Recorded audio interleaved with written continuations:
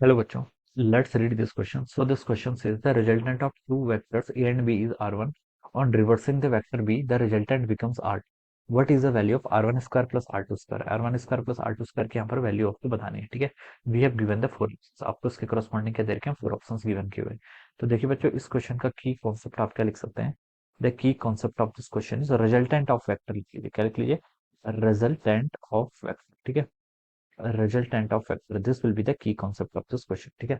आपके पास देखिए बच्चे दो वेक्टर्स हैं, मान लीजिए देखिए ये आपके दो वेक्टर हैं, ए वेक्टर मैंने बोल दिया, this is our A vector alright, और ये आपका क्या है, B vector, this is our B vector. इन इन दोनों के बीच का मान लीजिए आपका एंगल कितना है, थीटा डिग्री के इक्वल है, और रिजल्टेंट आपका आर वन बोल रखा है। तो देखिए बच्चों, आर वन को हम क्या लिख सकते हैं, देखिए दो वेक्टर्स का रिजल्टेंट को हम लिखते कैसे हैं, ठीक है।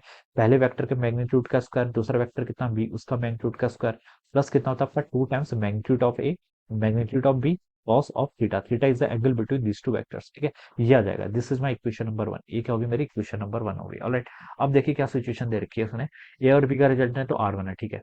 On reversing the vector b, b vector को रिवर्स कर लूंगा तो देखिए बी वेक्टर अब ऐसे हो जाएगा, this is my b vector, ठीक है। बी नहीं, इसको आप माइनस बी बोल देंगे, ठीक है।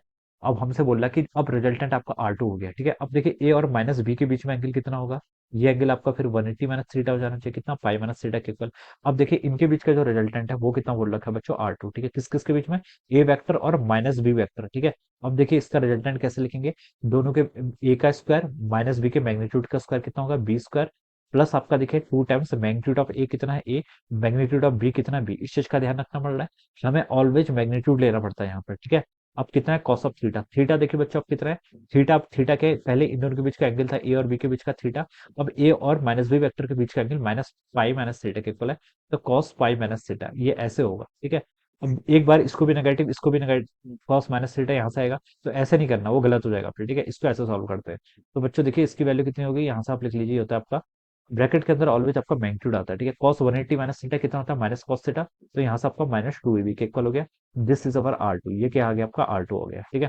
तो इसको आप इक्वेशन थ्री बोल दीजिए। अब बच्चों देखिए इन दोनों को कंपेयर ही करना, आपको आर वन का स्क्वायर प्लस आर टू का स्क्वायर बोल रखा है, ठीक है। तो दोनों साइड देखिए स्क्वायरिंग करके इनको ऐड कर लीजिए, आर वन का स्क्वायर प्लस आर टू का स्क्वायर कितना हो जाएगा, आर वन का स्क्वायर करेंगे तो देखिए ये हो जाएगा आपका ए का स्क्वायर, प्लस आपका बी का स्क्वायर, प्लस कितना आपका two A B cos theta का स्क्वायर, प्लस आर टू का स्क्वायर, आर टू वाली टर्म देखिए इक्वेशन थ्री में लिखिए, इसका स्क्वायर कर लीजिए तो ये हो जाएगा आपका ए का स्क्वायर प्लस बी का स्क्वायर, सॉरी यहाँ पर two A B cos theta भी तो आएगा, minus two A B cos theta हो जाएगा, ठीक है। ये वैल्यू यहाँ से इतनी रहेगी, minus two A B cos theta से plus two A B cos theta cancel, और आपका R one plus R one का स्क्वायर प्लस आर टू का स्क्वायर कितना हो गया आपका, टू टाइम्स आपका ए का स्क्वायर प्लस बी का स्क्वायर हो जाएगा, ठीक है। ये आंसर होना चाहिए। तो बच्चों देखिए आपको कहाँ पर गिवन है, सी ऑप्शन में गिवन कर रखा है, so we can say that option c क्या होगा, इसके करस्पॉन्डिंग आपके यहाँ से करेक्ट आंसर हो जाएगा, alright. So this is the right answer. So I hope you all understood this concept. All the best and thank you so much.